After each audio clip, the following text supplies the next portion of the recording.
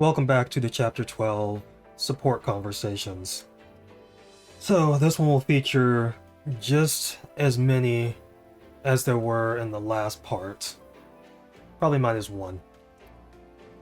So, we're just gonna go ahead and get into this one, starting with Sylvain. What's the matter, Ingrid? You sound exhausted.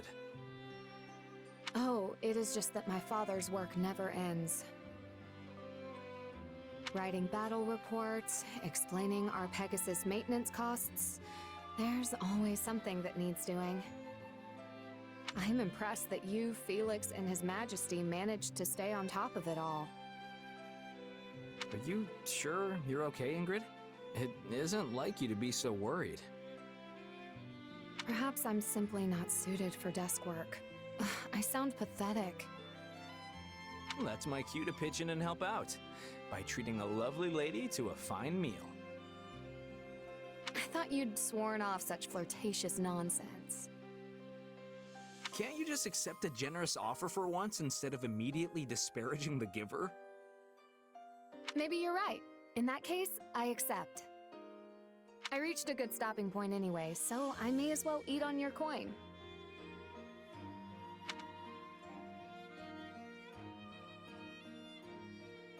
Phew. It has been some time since I've eaten this much. I've been so busy lately, my meals have consisted of whatever quick snack I can scrounge up in the moment. Well, that makes the incredibly hefty bill worth it. Also, it's been a while since I've been able to watch you eat. I think I kinda missed it. And what is that supposed to mean? Sorry, that came out all wrong. What I meant to say was that it's a relief to finally see you enjoy a decent meal. I mean, we're basically family, you know? And I'm sure Felix and Dimitri would feel the same way. Is that so?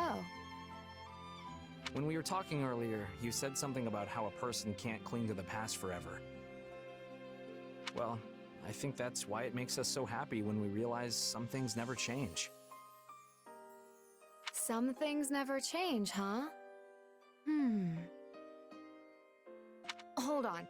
That means you were still gawking at me as I ate. Yeah, but can you blame me? You are a fascinating eater.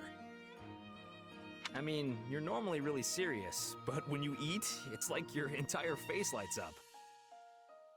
Do you even hear yourself? Yes, well, speaking of things that never change, I thought of an even more important one.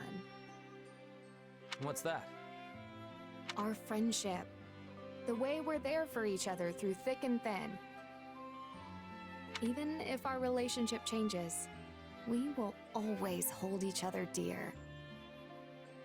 Okay, that line is way too cheesy. Who taught you to say that? What rogues have you been hanging out with? Stop complaining and come with me. I want to buy some treats for everyone. I'd follow you to the ends of the earth, my lady.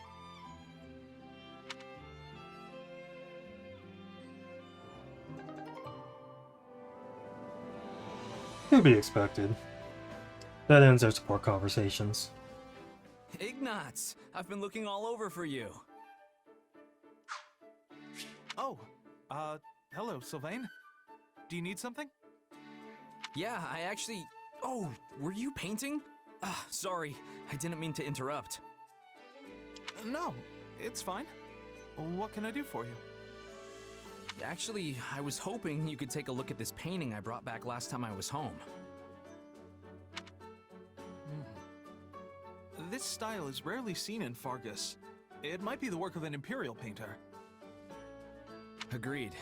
I don't think I've seen this style of brushwork used much in the kingdom.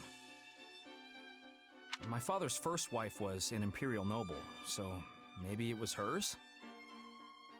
I never knew that. Still, it's quite stunning. I know, right? That lady's really something. I didn't mean the woman herself. Though, of course, she's lovely too. The features of her face suggest such kindness. She actually resembles Lady Rhea in a way. The thing is, I have no idea who she is or if she even exists in real life. Is that why you came to me? To see if I could uncover her identity? Pretty much. I really love this thing, so it's been bugging me for years. I thought maybe you could finally scratch the itch for me. I mean, everybody knows you're the go-to guy for anything related to art. Well, I'll do what I can, but please try not to get your hopes up. There's still a great deal I don't know. Though I must admit, my curiosity has been piqued as well. Oh, really? Thanks. I wouldn't have the first clue about how to go about this on my own. I mean, I'd at least have something to go on if it was a religious painting, but us kingdom folk pretty much only care about fighting, you know? And our art books are, well, let's just say they're lacking, and leave it at that. Yes, I'm well aware. Sadly, while religious art has continued to thrive and grow, the same can't be said for its secular counterparts. I do get the impression that this portrait may actually be related to the Church of Seiros, though. You think? I don't know. I haven't noticed any of the usual elements of a Seiros composition. As I'm sure you know, paintings of legendary and sacred figures all share a certain pattern. Which is to say, they're frequently depicted with their associated symbols. Yeah, like Saint Seiros with swords and Saint Seteth with fish. But I don't see anything even close to that here. Look at the birds. Don't they seem strangely prominent to you? I guess, now that you mention it. Okay, so who was associated with birds? Saint Macule, maybe? No, Saint Macule was a guy. This is nothing like how he's usually depicted either. I didn't expect you to be so knowledgeable, Sylvain. No offense. To be honest, I always thought the two of us lived in entirely different worlds. Come on, you should know me better than that. I'm the biggest art connoisseur in all of Fargus. Though, I admit, at first I only studied it to impress the ladies. Sorry. I guess we still live in different worlds after all.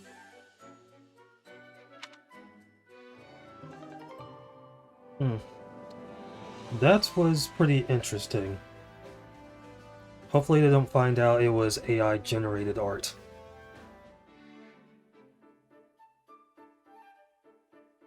You have something to say, or do you just like staring at me? Merely thinking about your brother, that's all. I only caught a glimpse of him at Aryan Road, but he was nothing like what the rumors suggested. You mean the ones about the eldest son of a noble family falling from grace? Taking up a life of banditry and wanton destruction? The very same. They say he was a foul knave who stole not to survive, but because he took such great pleasure from the act. Still, I suppose one shouldn't take such rumors at face value. Actually, there's a fair amount of truth to what they say. At least there was, up until 2 years ago. Yet still, His Majesty thought it was wise to recruit him to our side, and somehow managed to do just that. Yes, I hear he wooed your brother with the chance to demonstrate how the Crestless can still make something of themselves. His honeyed words drew him in, at which point he began to play the man's inferiority complex like a mandolin. Seems like you're more cunning than I realized. You really have eyes and ears everywhere, huh? You're one to talk of cunning, springing as you do from the loins of Margrave Gautier himself. I know you've been keeping tabs on my every move. What? In my line of work, one learns to pick up on hostile presences rather quickly. From the day we met, you've been waiting for me to take one wrong step so you can cut me down. I'd heard the heir of House Gautier was nothing more than a base philanderer, but it seems that rumor isn't completely true either. Just look at you, having the gall to call me out while you hide behind the murderous grin plastered on your face. I know you've killed without hesitation. Hey, we've all made mistakes. There's no need to rehash the past. And what's this murderous grin you're talking about? What would that even look like? The fact you aren't conscious of it makes you all the more dangerous. Unless that pained grimace just now was also part of your act. Regardless, that crest-bearing fool nickname you picked up seems woefully inappropriate for one of your caliber. It's clear you inherited your father's cunning, and then some. I'm not sure whether to take that as a compliment or just start sobbing. The former. There aren't many in Fodling capable of winning my true respect. For my part, I'll watch where I step, lest I end up with one of your blades lodged in my back.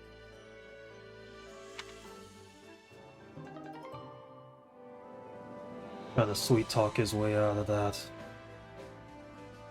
Pretty interesting conversation. All right, that should do it. Sorry for pulling you into this, Sylvain. Hey, I'm the one who should be apologizing. I can't believe I didn't pick up on the fact we had spies in our midst.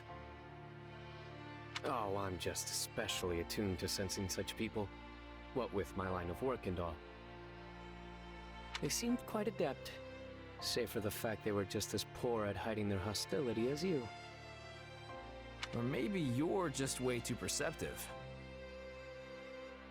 Merely years of practice, I assure you.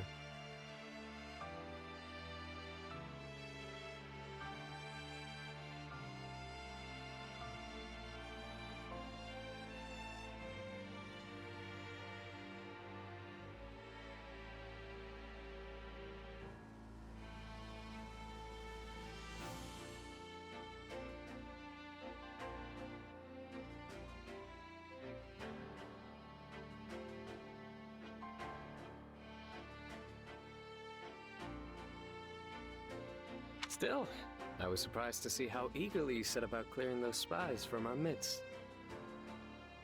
Never thought I'd meet someone who'd jump at an invitation to purge spies as readily as he would a lunch date with a pretty woman. Well, time is of the essence with this kind of stuff, and Dimitri surely won't mind that we only let him know after the fact. We have to win this war, and nothing loses a war faster than a leaky ship.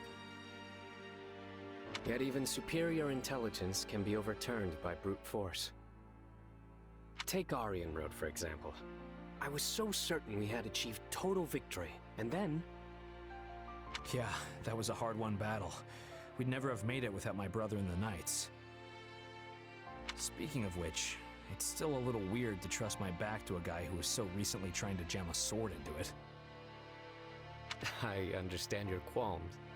In fact, I'm surprised you never hunted me down yourself to seek revenge for your brother's death. It's all water under the bridge if you joining helps us win this war. I just didn't know if I could trust you at first. And now? Have I proven worthy of that trust? Certainly. Your perceptiveness really saved our tails this time. But don't forget that I'm sworn to protect this place. And you know exactly what'll happen if you decide to switch sides. You're actually quite the loyalist beneath all that flippancy. I admire such sensibility, believe it or not. But you may rest easy. I have no intentions of betraying you. In fact, I look forward to a lasting friendship with the future Margrave. I'd like that. And I kind of appreciate how you see right through me. Saves me the trouble of trying to beat around the bush, you know? It sounds as if we forged a mutual respect. Perhaps I might even agree to go out with you sometime. So long as you don't use any more of your awful pickup lines from the first time we met. Oh, how did that one go again? Ah, yes. Hello there, my adorable little chickadee. Care to let this rooster into the hen house? Look, I already apologized for mistaking you for a girl, so you can quit bringing it up now. And give up such an embarrassing tidbit on the next Margrave Gautier? Never! Besides, I never asked you to apologize. You're not the first to make that error, nor will you be the last. And frankly, a date with you would likely prove a very interesting experience. There's no better way to secure one's future than by attaching oneself to a dashing margrave to be, after all. Whoa, you just put my chickadee line to shame. Is it weird that I'm kinda into it? Take note, Sylvain. This is how it's done. I think I'm at least starting to get how you've risen so far so fast. I'm definitely glad you're on our side. Anyway, here's to seeing where the future takes us.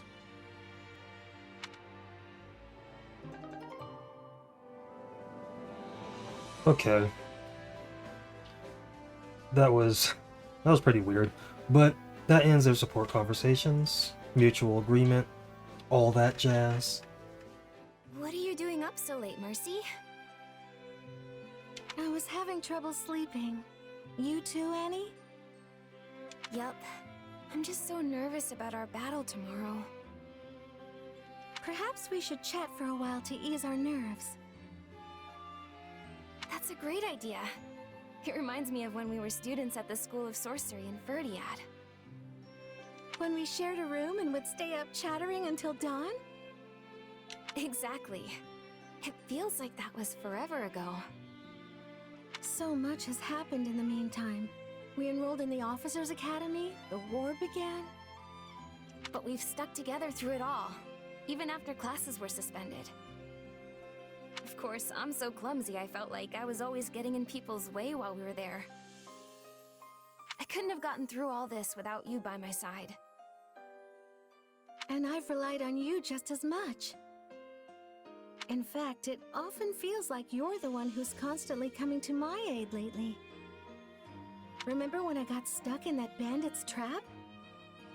I thought I was done for, but you came to my rescue. Well, I wasn't gonna leave you in a bandit trap. Although, I just ended up falling right in and getting wounded myself. I was so desperate to save you, I wasn't paying attention to what was around me. If not for you healing me, I don't know what would have happened. Well, we worked together and made it back in one piece, so all's well that ends well. You know, I think we've always been like this.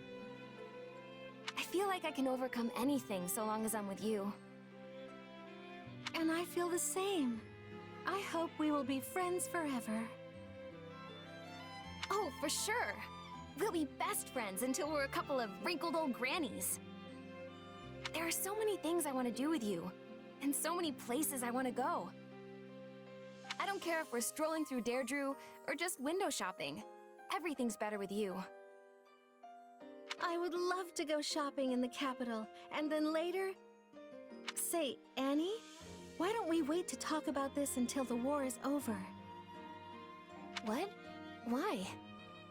Because then we can each write down things we want to do as we think of them, and then show our list to each other afterward. Doesn't that sound fun? That sounds very fun. We can even compete to see who has the longest list. I'm gonna scribble all my plans down as soon as I get back to my room so I don't forget. But won't that keep you up longer? Oh, right. My insomnia. You were so busy chatting I forgot all about it. Thanks, Mercy. I feel a lot better now. My sentiments exactly. Good night, Annie. I'll see you tomorrow.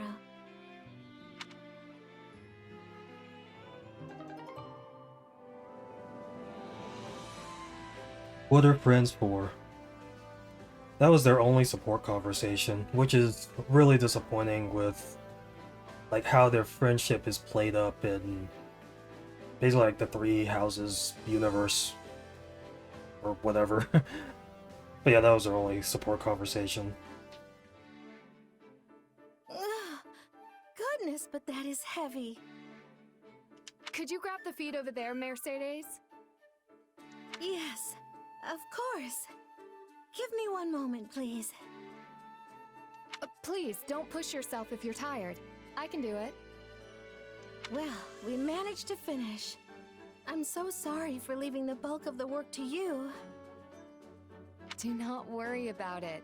You are always helping me with so many other things. Besides which, I am used to taking care of horses. It barely even feels like work anymore. I suppose House Galatea is famous for its Pegasus nights. Yes, though they are costly to care for, so we don't keep many. When I was a child, I often helped my older brothers tend to both our Pegasi and our horses. I forgot that you have brothers. Yes, my eldest brother acts as our father's advisor, while the other serves a different family as a knight. You must have been very close. It's wonderful. I suppose, though we hardly ever played together, the age gap was just too great. My eldest brother in particular was incredibly strict with me. Whenever I would try to go horseback riding through the hills, he would say, "How dare you do something so dangerous? What if something happened to you?" What's worse, my father agreed with him. It kept me from getting out on too many adventures as a child. Thinking back on it, I understand their concern. I was the only one in the family to bear a crest, after all. I'm not so certain your crest was the reason for their concern. I think they were worried simply because they love you. You're the youngest, yes? It's only natural for them to want to keep you safe. Well, it is true we had a mostly good relationship, but I don't know if I'd go that far. I'm not so sure. They would have treasured you all the same, even if you didn't bear a crest. I used to fuss over my younger brother all the time when we were little, so I understand what it's like to be an older sibling. I hear you, but I still don't see the need to be quite so overprotective. You protest, but I can tell you enjoyed their show of affection. In fact...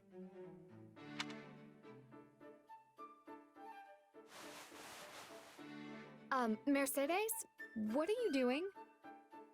I'm ruffling your hair, since your brothers aren't around to do it. That is the most ridiculous thing I have ever heard. Come, we should get back to work. Whatever you say.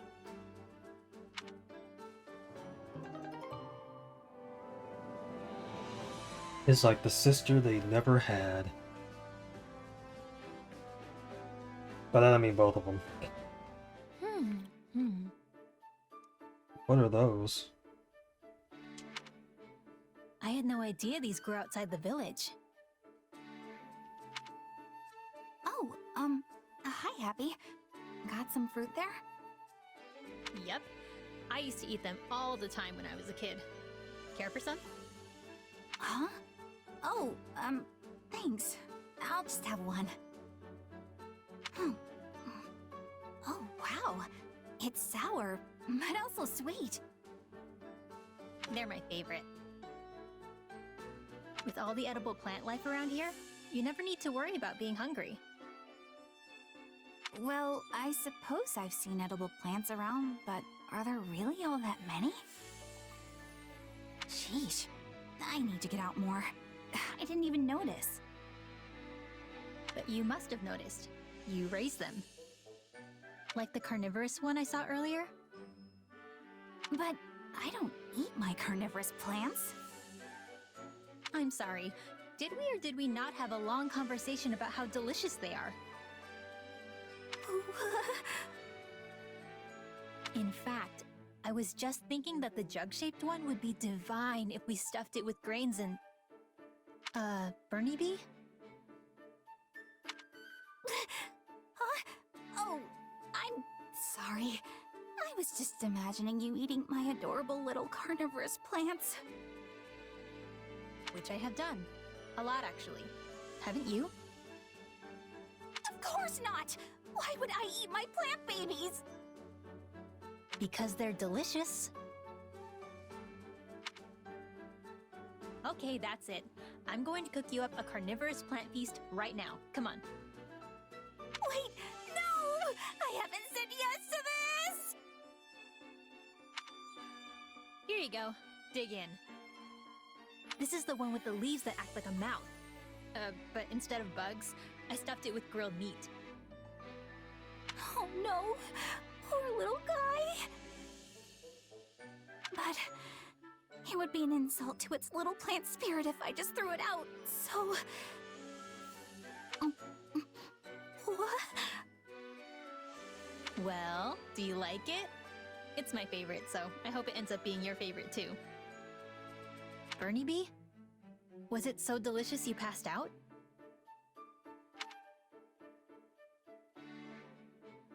Okay, come on.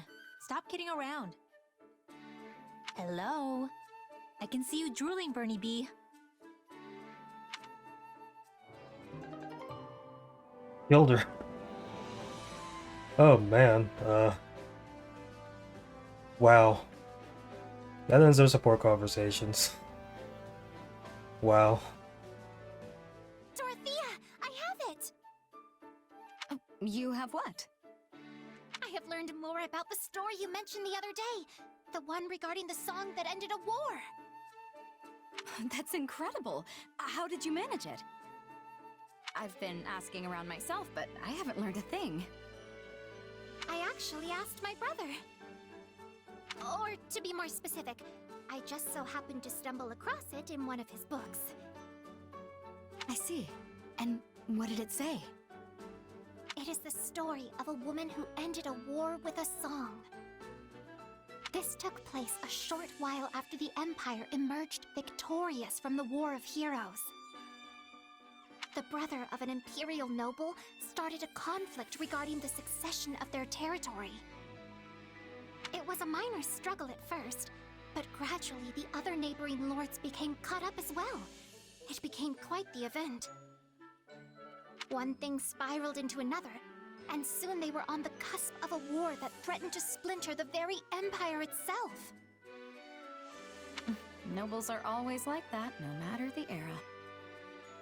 At the time, one woman was very worried about the state of affairs. A childhood friend of the two brothers on opposite sides of the struggle. Oh, now that's a development right out of the storybooks. She made her way to the battlefield, which was on the brink of exploding into violence, stood between the two armies, and began to sing. She filled her every word with the hope that the brothers would not be driven to fight. And it went like this. I remember with fondness days long past with those I love. With warmth in my heart I think of them and sing to the stars up above.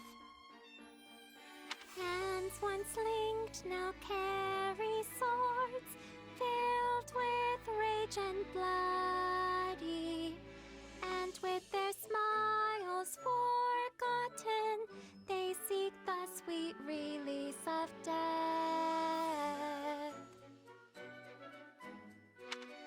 The sound of her voice in song moved not only the hearts of the two brothers, but of their armies as well. Soon, they all dispersed and returned to their homes. Having settled their differences, the brothers petitioned the Emperor to change their territories. So that there would be no lingering grudge, they asked to be given lands at the east and west ends of the Empire, with the capital betwixt. And that is the tale of how House Benya and House Menya came to be. You know, I just realized something. The name of the Middle Franc Opera Company means Friendship at the Center. It's taken from a festival of singing and dancing that was held in the capital long ago in the hopes of fostering peace. Maybe the origins of this festival are found in the story you just told me. Do you truly think so? Noble houses divided with the capital between them? Singing and dancing in the center for peace? I don't think it's a coincidence. Now that you say it, I find I must agree. Which would mean that you, Dorothea, diva of the Middle Franc Opera Company, might use your talent to bring about the end of war. That would be quite something were it to come to pass. I wonder. But let's put old tales aside for now and continue our lessons, shall we? Perhaps if we pray and sing for peace, happiness really will find us all.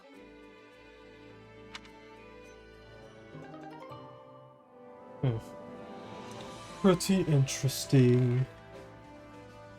Let's see. And that ends their support conversations.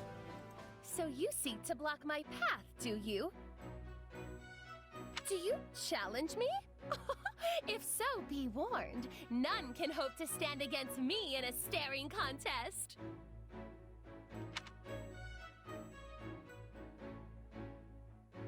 Begin!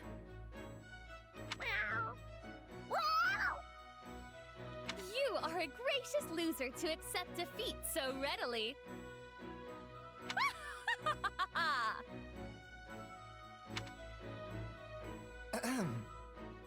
I am hesitant even to ask, but what are you doing? If it isn't Lorenz spying on me, Well, if you must know, an insolent feline was blocking my path and challenged me to a staring contest. However, we determined the winner quite readily. Were you witness to my victory? Were you not once a noble? I was, yes, and still am so at heart. In the future, you will see me as both the head of House Nouvelle and the world's finest mage. Then it seems I must adjust my perception of you. I always knew you to be a striking beauty who possesses a keen talent for magic. I was even considering you as a candidate for marriage, should you happen to reform your house. But now, to find you competing with a house cat... I beg your pardon. Pray disregard my words. The gall required to consider a woman as a mate and subsequently disqualify her in the following sentence is staggering. Staggering, I tell you! You are a coarse, vulgar, indecent boor! And were I ever under consideration for your hand in marriage, I hereby withdraw any and all possible interest! Also, you are the head of House Gloucester, yes?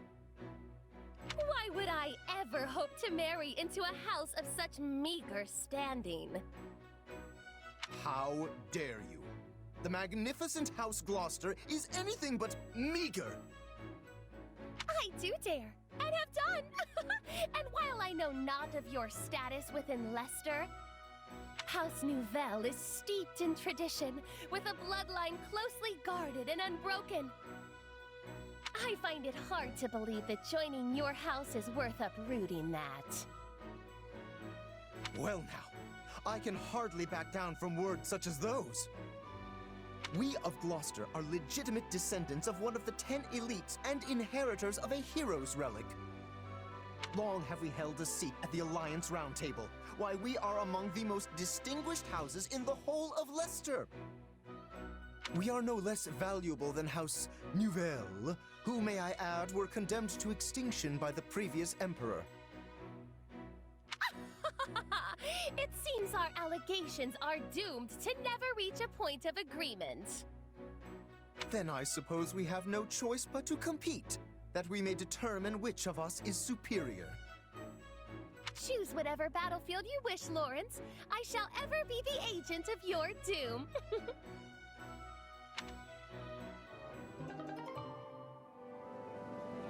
That conversation was too noble to comprehend. Oh man, that was amazing. Hey there, Marianne. What's up? I can't get this poor thing to return to the stable. When I asked what was wrong, she said her stomach is in such terrible pain that she can't even take a step. Yeah, that sounds like a real pickle. If we could get her back to the stable, I could examine her and provide medication, but... Step aside, Marianne. It's Raphael's time to shine. I'll get your horsey back to the stable in no time. Yes, but, how exactly? Burying it? Easy. I'll get her onto that cart over there and push her back home. So it's kind of carrying. But I highly doubt she'll be willing to get into the cart given her current state. Ah, it's fine. Just leave it to me. Good horsey. Good horsey. Just like that. See? It's not such a bad cart. And here we go.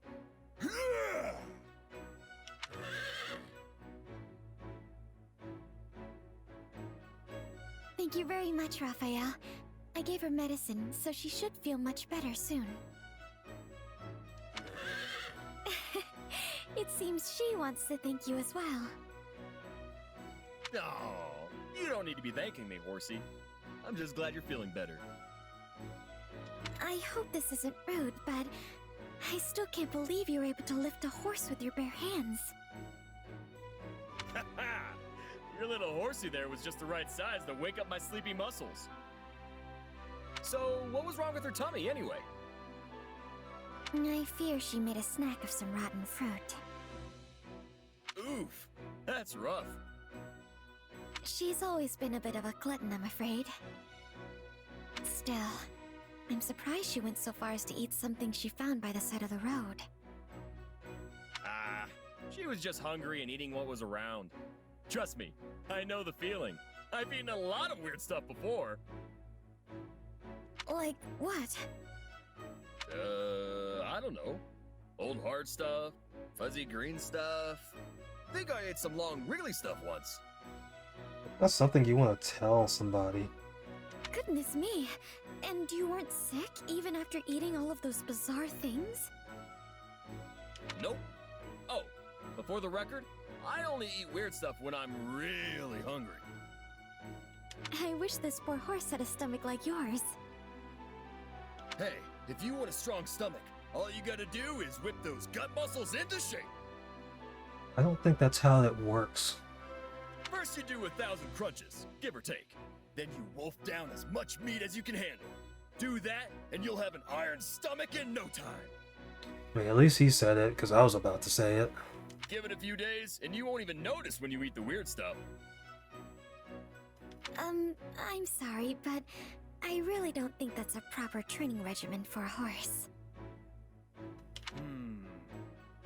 Oh, that's right. Horses don't eat meat. But I'm sure she still very much appreciates your desire to help Raphael. Oh, what'd she say now? Yes, I see. Apparently she's feeling much better and wants to go for a run in a large open field. See? She does want to work out. Come on, Marianne. The three of us are going running. 50 wind sprints around the field. Let's go! Wait, I have to run wind sprints?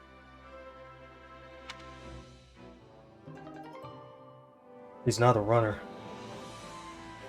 But that was our only support conversation. Yeah, it was pretty interesting. Got more information on the horse. I think that's the horse that was in one of her warrior attacks before I upgraded her to a Grimory. So, yeah. What's this? A stack of pictures? Let's see here. Cat, cat, cat. Scenery. Cat. Sure are a lot of cats here. Oh, and a picture of me playing with a cat. Happy? Hey, Iggy. What are you doing here? I, just had something to take care of. Nothing important, though. Happy? What are you holding? These? Oh, I just found them here. One of them is actually a picture of me. I wonder who decided to draw me without bothering to, you know, tell me? Yeah, that's not very nice. You know a lot about art and stuff, right? Any idea who might have done this? Well, it's not easy to determine an artist based on pen strokes alone. Yeah, not that. I wanted to know if you knew anyone else who drew stuff.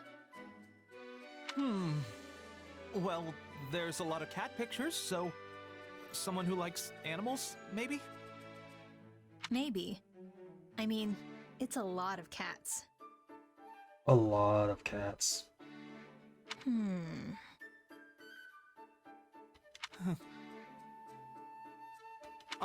Sorry I wasn't much help. Anyway, I should go. Wait, cats. I didn't mention the cats to you. Oh! You drew these, Iggy. There's no way you could know about the cats otherwise. You lied to me. I can't believe this. Can't believe you've done this. I'm sorry.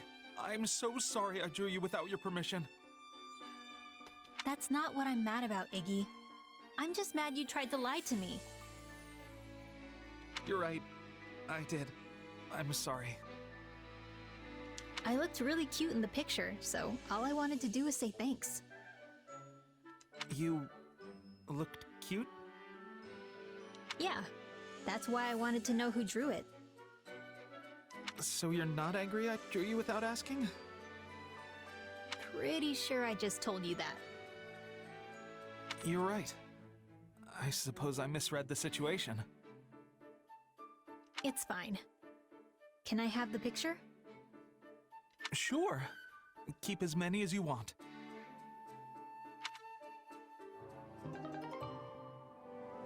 He just thought that he would get mad if she knew that it was him that drew the pictures.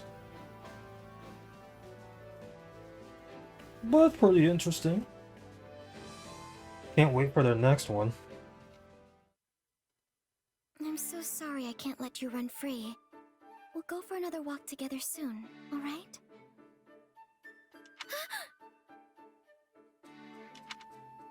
Why so guarded, Marianne? Is that how you always greet beautiful men? Yuri, what do you want? Oh, nothing in particular. I simply spotted you on the way back from drills and felt like coming over to see what you were doing. I feel like you never leave these stables. Did you ever grow tired of it?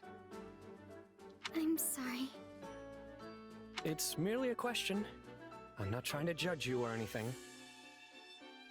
Well, this is going poorly already. All I wanted was to make a little small talk and it ended up like this. Are you always this gloomy? It seems you speak just fine around everyone else. I only know how to make small talk about animals, and you seem to hate them. So, I figured that no matter what I talked about, you would hate it, and me. Hold on. Why would I hate you? And when have I ever said I hate animals?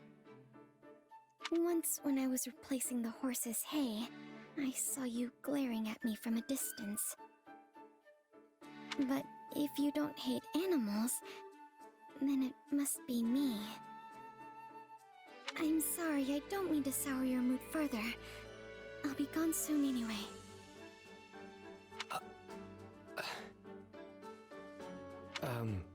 Look, Marianne. Allow me to clear everything up for you. Firstly, I don't despise animals. I actually like them. Understand? Yes, I'm sorry. Don't apologize, or I'll have to repeat myself forever. Just listen. Second, I don't hate you or even think poorly of you. Although I'll admit that I was somewhat annoyed with you earlier in this conversation. Then why were you glaring at me before? I'm not sure. Perhaps you saw it wrong? I don't know when this was, but... Wait. I think I see now. I have a condition of sorts. One that can get aggravated under certain circumstances. I knew it. My very presence had aggravated you. I'm telling you, that's not it. I swear by the goddess herself that it's not your fault. Okay? No, you don't know what I have. Excuse me. Well, that got us absolutely nowhere. Conversing with the shady lady is almost pleasant in comparison. What did she mean when she said she'd be gone soon? That's a little too ominous to ignore. That was an interesting conversation, to say the least. Yuri, may I have a word with you? Seteth, did you need something? If you want to talk business, we can go somewhere more private. No, it is nothing of the sort. I happened to see you speaking with a scholar earlier. I'm curious as to the nature of your conversation. You seemed quite absorbed. Oh, so you saw that, did you? Well, I suppose you would be familiar with the topic. I was trying to learn a little about the legend of the 10 elites. That is rather diligent of you. I'm impressed. Nothing diligent about it. I just didn't quite receive the same education as my noble peers. It's said that the goddess granted the 10 elites power in the form of crests, allowing them to defeat the evil that threatened Fodlan. That power freed them from the ravages of age, and even saved them from the brink of death. So the legend goes. It is also said that some crest bearers live much longer than those without. There is even a theory which posits that Nemesis, the King of Liberation, lived for several centuries. Is that so? I do wonder, however, why such a subject would interest you. Well, I suppose I can trust you. The truth is, I wanted to figure out who exactly I am. Given your position, I'm sure you know of the crest I bear. Indeed, I do. I must admit, its discovery upon your enrollment at the Officers' Academy came as quite a surprise. After all, you bear the crest of Oban, which was thought to have been lost long ago. An exceedingly rare crest, yet I have no idea where it came from. My mother's status being what it is, I don't have the slightest clue who my father is or where he was from. I'd never once doubted that I was my mother's son. But then I found out about my crest.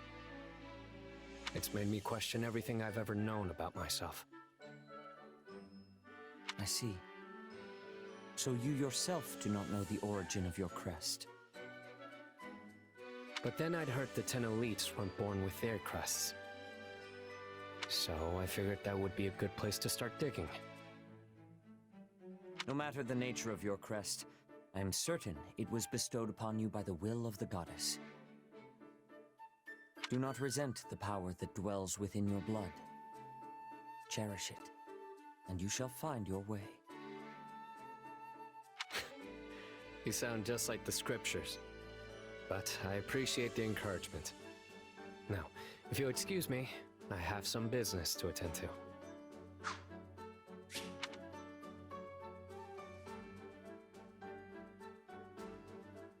He's kind of curious as well. Interesting conversation. That was the last support level that I got up before actually starting off these support conversations for this chapter. So I'm glad to have gotten that one.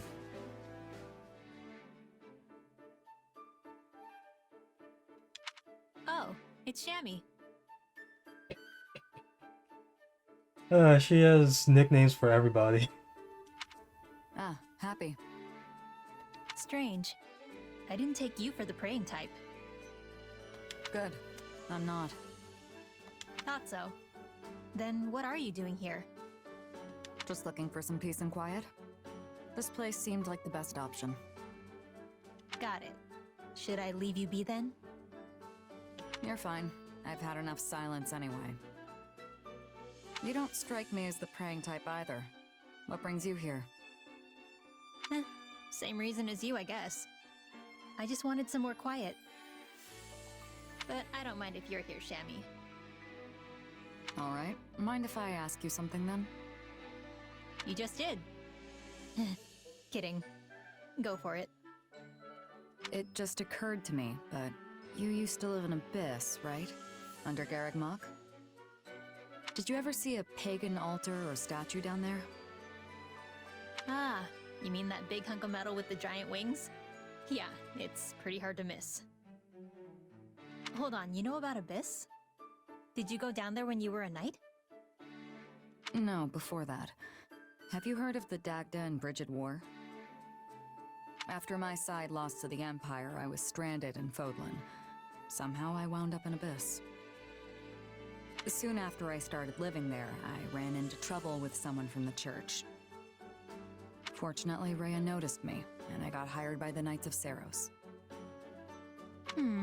Let me guess. You got into it with Elfie, didn't you? Elfie. The name sounds familiar, but I'm not sure. Interesting. Anyway, sorry. I kind of interrupted you there. Don't worry about it. So, that pagan statue, it's actually of a Dagdan deity. No kidding. You're from Dagda, right? Yes. I think it was the god of fate. I always wondered how it ended up there. No clue. It's probably been there forever. You know, I remember there was this one foreigner who prayed to it all the time. Like, really prayed. She must have been from Dagda too. Most likely. It will have to remain a mystery for now. Thanks, Hapi. Is there anything you want to ask me? What? Really? Let's see.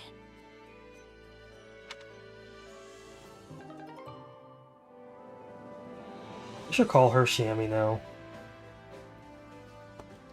Yeah, I mean, I didn't play the DLC for, Three Houses, so most of the stuff I'm learning from Abyss is basically from the characters that were in Abyss. Yeah, so that ends all the support conversations for Chapter 12. There are quite a few that are locked, so there will probably be a lot of them later on, and maybe the next few chapters that remain.